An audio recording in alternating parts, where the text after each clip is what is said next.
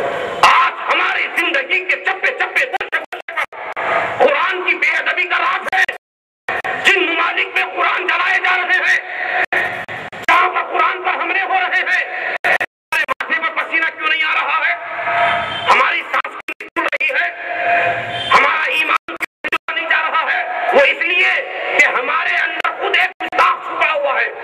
ہم نے قرآن مقدس کا غلط استعمال کیا ہے. ذرا غور کرتے چلو. مکان ہم نے بنا دیا, ھذا من فضل ربی لکھ دیا. کبھی غور کیا کیا ضرورت ہے اس کو لکھنے کی؟ اس کے بغیر فیض نہیں لے سکتے. لیکن بلڈنگ پہ ہم نے قرآن آیتوں کو جوتے چپلے لے کر ہم بلڈنگ کے بلندی پہ چڑھ رہے ہیں, نیچے اتر رہے ہیں. ہم نے گاڑی ھذا من فضل ربی یا ماشاءاللہ گاڑی پہ ہم نے لکھ دیا. گانے چل رہے ہیں, گالی گلوچ چل رہے ہیں, وہ گاڑی سے صاف کرے پانی سے صاف کر رہے ہیں. علماء بیٹھے ہیں, پوچھ کر دیکھو, قرآن خود جواب دے رہا ہے. لا یمسہ الا المطہرون, یہ وہ پاکیزہ کلام ہے جس کو ناپاک چھو بھی نہیں سکتا. گاڑی پر ہم نے آیتیں لکھ دی, پانی بہا رہے ہیں, ہاتھ پھیلایا جا رہا ہے. جی قرآن مقدس ہم نے اپنے ٹیلی فون کے اندر, سیل فون کے اندر میں ریکارڈ کر لیا. بیت الخلا میں چلا گیا, اچانک فون آن ہو گیا. یہ بے ادبی کا دفتر ہم نے اتنا لمبا کھول رکھا ہے, جتنا جل ہو سکے سے پلٹ آؤ, جتنا جل ہو سکے توبہ. آج کی رات کے پیغامات میں سے ایک پیغام بھی یہی ہے. اور تو اور جب ہماری بچی کی شادی تو ہم نے قرآن سے لکھنا, فہرست بنانا شروع کرتے ہیں. قرآن شریف, مصحف شریف, تسبیح شریف, پورے بدماشیاں. کیا قرآن اس لیے نازل ہوا ہے؟ قرآن اپنے کا مقصد بیان کر رہا ہے. ہدی للناس, ہم کو ہدایت دینا ہے. یہ الہدی والفرقان, حق و باطل میں فرق کرنا ہے. 2 فائدے. اس کے بعد وننزل من القرآن شفاء, اس کے بعد شفا کی طرف آنا ہے. یہ 3 فائدے پہلے لے لو. قرآن سے ہدایت, حق و باطل کا فرق اور شفا. جب 3 بڑے اہم چیزیں آپ کو مل گئی, اس کے بعد فائدے لے سکتے ہیں. مولانا تعویذ دے دو, دکان نہیں چل رہی ہے. مولانا تعویذ دے دو, بچے کو نظریں بد لگ گئی ہے. دے دو, میری بیوی کو حمل ضائع ہو گیا ہے. ہاں, پہلے 3 فائدے تو لے لو. اس کے علاوہ ہم نے یہ 3 فائدوں کو ہم نے خیر بات کہہ دیا. باقی سب کچھ چاہیے. دکان کھل رہی ہے, قرآن پڑھنے والوں کو ہم نے بلا لیا. وہ کس طرح پڑھ رہے ہیں, ان کو پیسہ ہم نے دے دیا. وہاں ریکارڈنگ چل رہی ہے. یہ پیٹ لے کر بیٹھا ہوا ہے. کیوں؟ یہ بہت بڑا سیٹ ہے, اس کو پڑھنے سے کوئی مطلب نہیں ہے. اس کے ذہن میں یہی ہے, میری دکان میں ترقی ہونی چاہیے. وہ کیسے ہو سکتی ہے؟ قرآن خوانی سے ہو سکتی ہے. قرآن خوانی شروع ہوگی دکان میں, پیر لمبے کر کے بیٹھ گیا, اونچی کرسی پر بیٹھ گیا. ارے ظالمو, قرآن تمہارے پاس ہدایت لے کر آیا ہے, باطل کا فرق لے کر آیا ہے. اور تمہارے پاس قرآن جن اعلیٰ صفات کے ساتھ آیا ہے, اصل صفات کو چھوڑ کر ہم نے یہ بے ادبی کا ماحول بنا رکھا ہے. عزیزان ملت اسلامیہ, اور تو اور بتا دوں, رمضان شریف میں ہم نے کتنے قرآن کی تلاوت کیے ہیں. مسجدوں کا جائزہ لے کر دیکھو, قرآن کی تلاوت ہو رہی ہے, مسجد میں بیٹھ کے پڑھ رہا ہے, دیوار کو ٹیک لگا کے کیوں بیٹھا ہوا ہے؟ جانتا ہے کس کا کام ہے؟ میرے آقا کے قلب اطہر پر جب قرآن نازل ہوتا, ایک ایک آیت نازل ہوتی. سخت جاڑے کا موسم ہے, سرکار کے جسم اطہر پر پسینہ جاری ہو جاتا. قرآن کے جلال سے میرے آقا کے قلب اطہر پر, جسم اطہر پر پسینہ جاری ہو جاتا. یہ منظر کو دیکھ کر صحابہ سمجھ جاتے قرآن نازل ہو رہا ہے, قرآن نازل ہو رہا ہے. بخاری شریف میں یہ احادیث موجود ہے, مسلم شریف میں احادیث موجود ہے. ہم تمام کو یہ مناظر ادب کی دعوت دے رہے ہیں. اب اس سے پوچھو, سبحان اللہ, تھوڑا سیدھا بیٹھ کے پڑھ لے تو کیا جواب دیتا ہے معلوم ہے؟ نہیں مولانا, 4-5 پارے پڑھا ہوں, کمر تو نہیں ہے. خدا کی قسم, ایک آیت پڑھو, پورے ادب کے ساتھ پڑھو. حضرت سیدنا عمر بن خطاب رضی اللہ تعالیٰ نے صرف ایک آیت سنی تو کفر سے ایمان کی طرف پلٹ آئے. آج ہم پورا قرآن سن رہے ہیں, مگر گمراہی سے, بے عملی سے, لاپرواہی سے, غفلت سے اصلیت کی طرف آنے تیار نہیں ہے. کیوں؟ بے ادبی کا راج ہے. با ادب بن کر قرآن کا تھوڑا حصہ سنو, انشاءاللہ تم کو ہدایت دیتا ہوا نظر آئے گا, شفا دیتا ہوا نظر آئے گا, حق و باطل کا فرق کرتا ہوا نظر آئے گا. اللہ تبارک و تعالیٰ مجھے اور آپ کو قرآن کو انتہائی ادب احترام کے ساتھ پڑھنے کی توفیق عطا فرمائے. وما علینا الا البلاغ المبین. یہ ہتھیار کا پاور ہم کو مت دکھاؤ. نہیں, سب مل کر بولنا.